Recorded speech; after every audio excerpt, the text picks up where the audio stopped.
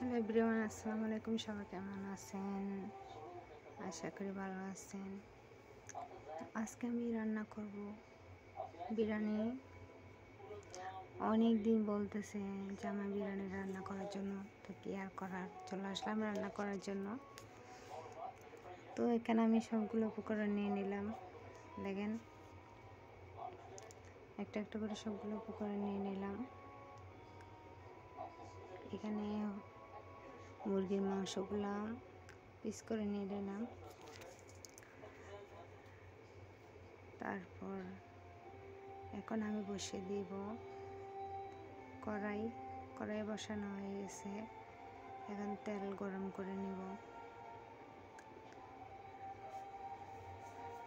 তো সবাই অনেকভাবে ভিডিও করে, আমি আমার মতন করে করি রান্না, আমার মতন করে ভিডিও করে।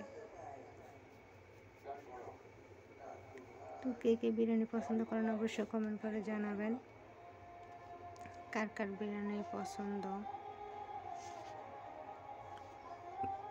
তো এখানে আমি আলুগুলা ভেজে নিব। আলুগুলা ভাজা হয়ে গেলে উঠিয়ে নিব।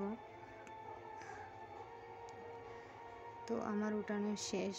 এখানে আমি মুরগির মাংসগুলা ভেজে নেব। মুরগির মাংসগুলা ভালো করে উল্টিয়ে পাল্টিয়ে ভেজে নিব।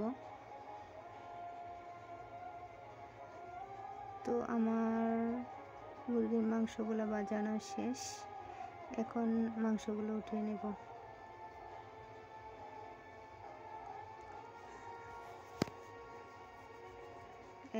এখন আমার মাংসগুলো ওঠানো শেষ। এখন আমি তেল তো গরমই আছে, এখানে উপকরণগুলো দিয়ে দিলাম। আদা, রসুন, পেঁয়াজ। তো এগুলা ভালো করে ভেজে নিব যাতে গন্ধ চলে যায়। তো এখন আমি মশলাগুলো দিয়ে দেব। মশলাগুলো দেওয়া শেষ। তখন ভালো করে কষানোর পালা। টমেটো দিয়ে দিলাম। তো দেখেন কীরকম হয়েছে, অনেক লোভনীয় হয়েছে। এখন আমি ভাজা মুরগির মাংস আর আলুগুলো দিয়ে দিলাম। তো দেখেন লুকটা কেমন আসছে। জাস্ট এগুলো কষানো হয়ে গেলে এখন আমি দিয়ে দিব চাল। তো চালগুলো এখন দিয়ে দিব। দিয়ে দেওয়া হয়ে গেলে এখন দিয়ে দিব ধনিয়া পাতা, তারপর পোলা পাতা, পানি পরিমাণ মতো,